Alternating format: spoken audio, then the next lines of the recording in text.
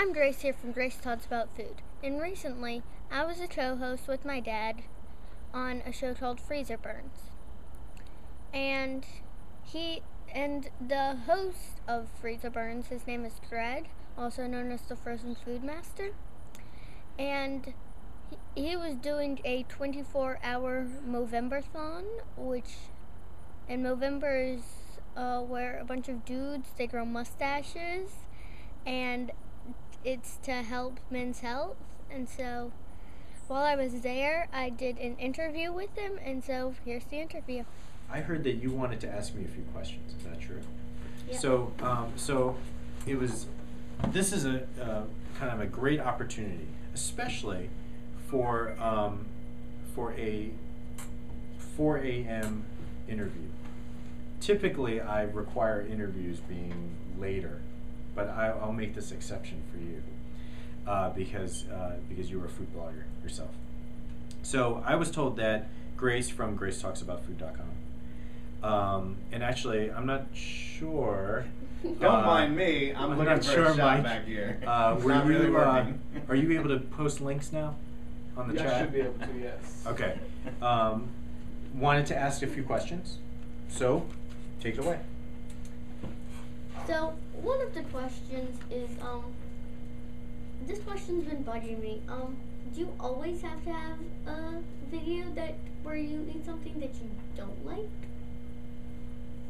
And actually explain that a little more. Because I have had about 19 episodes so far, and all of them I've liked something.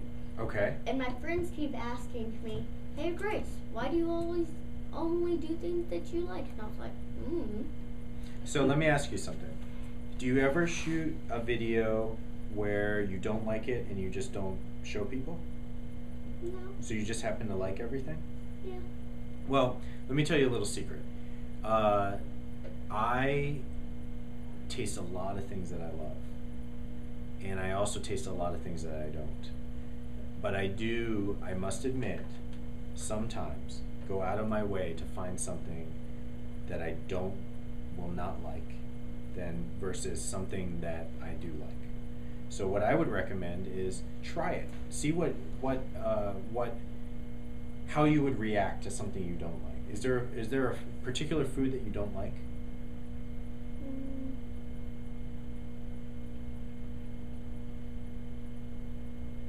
I really don't like tomatoes. Okay. I like tomato sauce, ketchup, but I don't like tomatoes. You don't like tomatoes? So what I would recommend is you go to a restaurant and you try to find something with tomatoes in it that you do like. And I bet you'll find a couple times where you say, I really don't like that at all. And that might be something you enjoy doing. And a lot of times what people like to watch, and I know a lot of people on the stream will say the same thing, the people who watch my show like to see when I don't like things. They either like it when I really love it or when I really hate it. They don't like it anything in between. And that's tough because I'm honest with my reviews. And I also know that I don't like mushrooms. I don't like cilantro. I don't like mushrooms either. But I also try them, and what's great is that people now know if something has mushrooms in it and I actually say, wow, that's pretty good, then it must be really good because I don't like mushrooms. So I don't think that you should go out of your way to find things that you don't like just because you like everything. But I do think that you should put yourself in situations where you're not sure whether you like it. Yeah, I wasn't sure because at the state fair I had the Krispy Kreme cheeseburger. Yeah. And I wasn't sure if I was going to like it or not. And so did you? I actually thought it was really good. I do not blame you because it's amazing. I agree. I think that was And in awesome. the video, I went with my friend, and you could see her she was just going like... But you liked it? Yeah. All right, Grace, next question. So, my dad told me that you have kids, right? I do.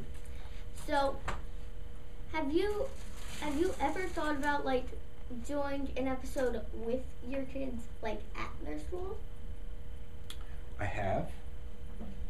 If you were to choose what food you would do for that, what would you do? Chicken nuggets. Absolutely chicken nuggets. Good choice. I love chicken nuggets. The round ones, the ones that look like boots, the oval ones, the ones that are thicker. I love them all. So there's two parts to that question. The first part is having my kids in my review. And I have made a choice to not really put my kids in my reviews a lot. And the reason why is because there are a lot of people that watch my show. And there's a lot of things that they know about me because I do a lot of videos. And I try to kind of keep the stuff about my family private. But that's just a personal choice. That's just why I've done that. Now, my daughter was in 2 episodes. What were those 2 one of my sons appeared in one. My daughter was in, both were hamburger episodes. One was the first time I did a throwdown between Bubba's Burgers and Steak-umm brand burgers. And she tasted them with me.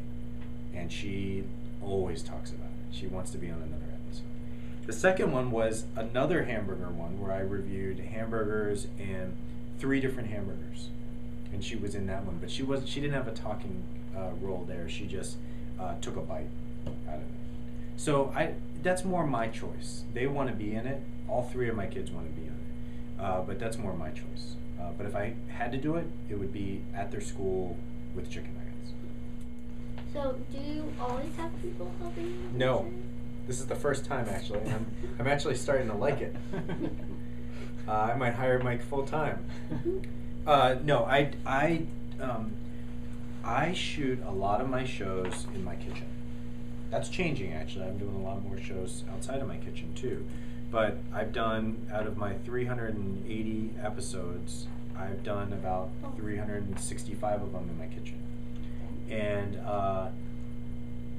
I put the camera on the tripod. I frame myself in the video because I have one of the ones where the screen flips around so I can see myself. I hit record and then I walk in front and then I tape it and then I walk back and I stop the recording. I do it all myself. And the reason why I do it all myself is because I don't have any help. And because I don't do it during the day. I do it really late at night when my kids are asleep, so it's quiet, and I have no help, you know. So that's why I do it. Now I would love to get to the point where I have a cameraman. That would be great, because then I could do a lot more stuff. I can interview people, and people can walk around with the camera and do stuff like that. But that's coming. How about you? He's your cameraman. It's good to have a cameraman. It's really good. Let me ask a question of you, okay? Were you nervous the first time you did a video?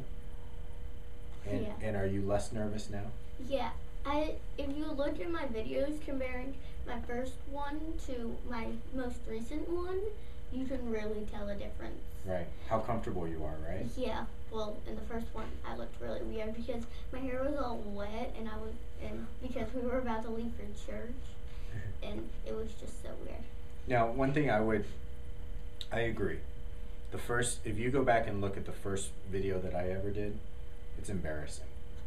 I can't watch it. You also look really young. I do. Well, that was before I ate all this 380 meals. Yeah.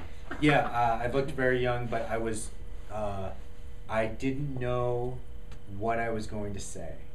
And I don't write a script, but now I feel like I can talk on the fly, and your dad is right. Enunciating, projecting your voice, it all comes from experience being in front of the camera. And I really didn't feel comfortable in front of the camera until like 80 episodes, you know? The first 79 of them, I was like, or I was embarrassed to say things. And I was shooting by myself. You shoot stuff like in restaurants and stuff where people are watching you and stuff like that, right? I was in my kitchen by myself. Everyone was asleep. And even that, I wasn't able to come out of my shell and really talk to the camera. So what I would recommend is, you know, you say you looked weird and you felt uncomfortable the first episode, and you've done how many now? 16? 19? Is keep on making episodes and keep on learning and rewatching and learning and rewatching and watching other people and see what they say and watching other people to see what they do, and it's going to be more and more natural, and you're going to have more fun, and people are going to like it even more. I have a tip for you. Okay. If you want to get better at projecting and Yeah. like making sure that you know what you're doing and you're not too nervous, Yeah. you should do it at like a really crazy place like the state fair. Because then you have to wear a microphone. You're right. And you want a banana suit. And a banana suit? Okay, so I'm going to the state fair.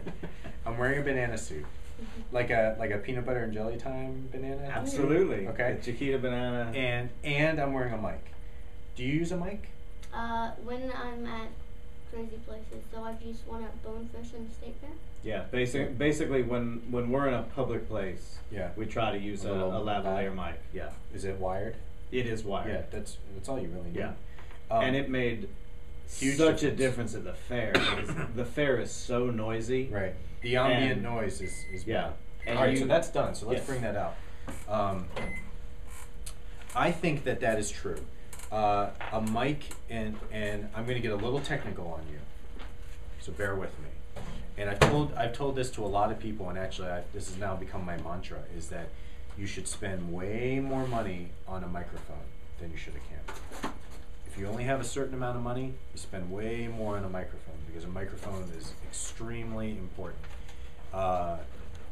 We see a mic here, which I love this mic, by the way, from my live shows. But I have a wireless lav mic, and it is 10 times, maybe 50 times better once you have a microphone, even when it's not noisy. And the reason why is because you don't have to yell, right? You can just talk normally, and talk the way you would talk with your friends, or talk the way you would talk with your parents, and you just are able to kind of say what you want to say. Exactly. Sound good? That's all from Grace here at Grace Talks About Food. Peace. Out.